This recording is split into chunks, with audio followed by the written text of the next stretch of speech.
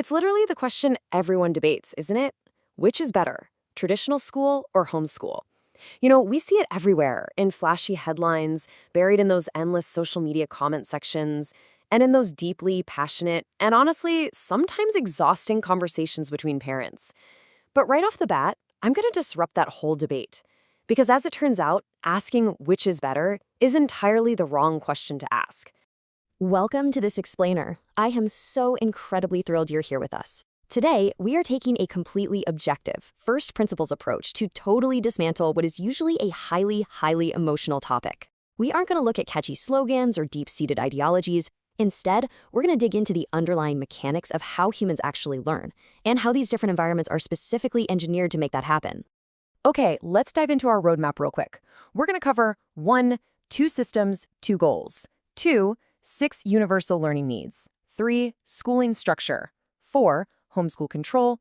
And 5, making the right choice. Starting right off with Section 1, 2 systems, 2 goals. We really have to realize that these models exist to solve totally different problems. They didn't appear because one is just magically better than the other, but because families, societies, and governments are simply trying to coordinate education in different ways. There's this vivid marketplace analogy that captures the dynamic perfectly. Imagine a bustling, busy town center. One setup coordinates trade by putting all the stalls really close together. They've got shared rules, maybe a central trading post. It's highly organized. The other setup? Well, it relies on smaller, independent shops spread out across town, and each one is managed directly by its owner. Both are absolutely incredible ways to do business, but they are built for entirely different kinds of coordination.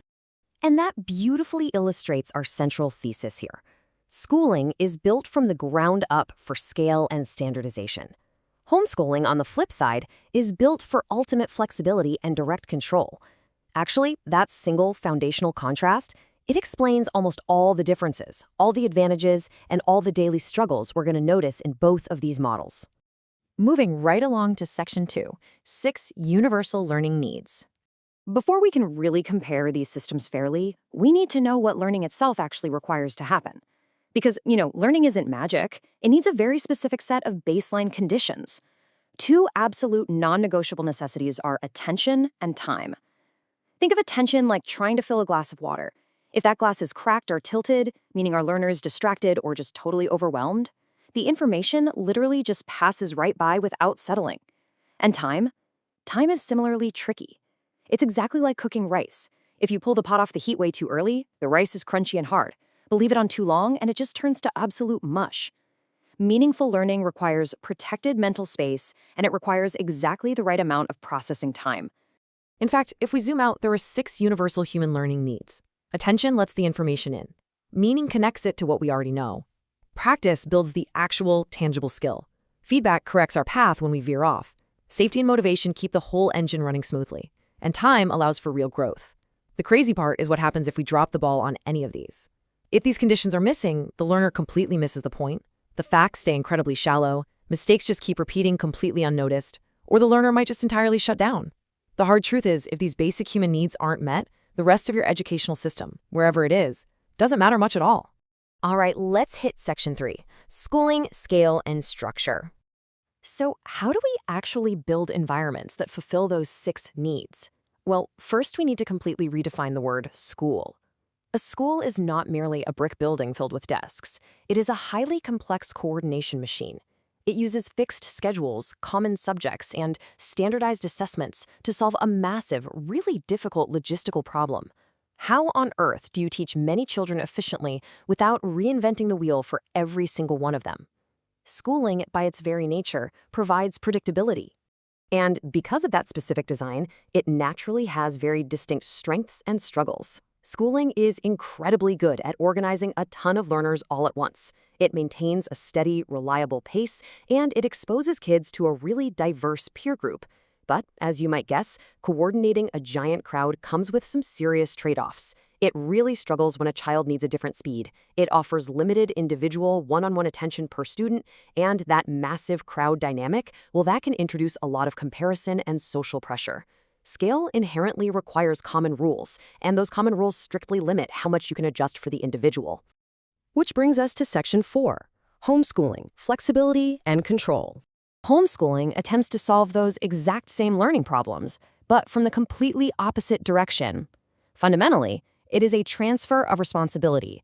Instead of handing a big chunk of that educational coordination over to a formal institution, you are concentrating the control inside the home.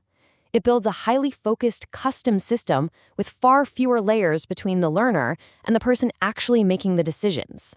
Because you hold all that concentrated control, homeschooling absolutely excels at tailoring the pace to the individual kid. It offers deep, daily flexibility, and it drastically reduces certain types of social pressures. But, and this is crucial, this design has very real fragilities. It depends immensely, heavily, on adult time and skill. If a parent is overextended, or if the daily planning is just a bit weak, there's a super high risk of uneven coverage. It can be deeply effective, for sure, but really only if the household has the bandwidth to maintain it day after day after day. So, the ultimate takeaway here is this. The biggest difference between these two systems isn't the curriculum, it's not the content, it is control. And every single advantage inherently creates a specific cost. There's no free lunch. If you rely on the shared order of schooling, you're going to reduce your flexibility. If you demand the direct adjustment of homeschooling, you deeply increase the burden and the dependence on the family. Finally, Section 5, making the right choice. Let's synthesize all of this. Once we understand that human learning essentially demands those 6 core conditions: attention, meaning, practice, feedback, safety, and time, and that these two systems are literally just different ways of organizing them, we can finally stop asking which one is better in general. That's old news. Instead, we need to be asking this one incredibly powerful question.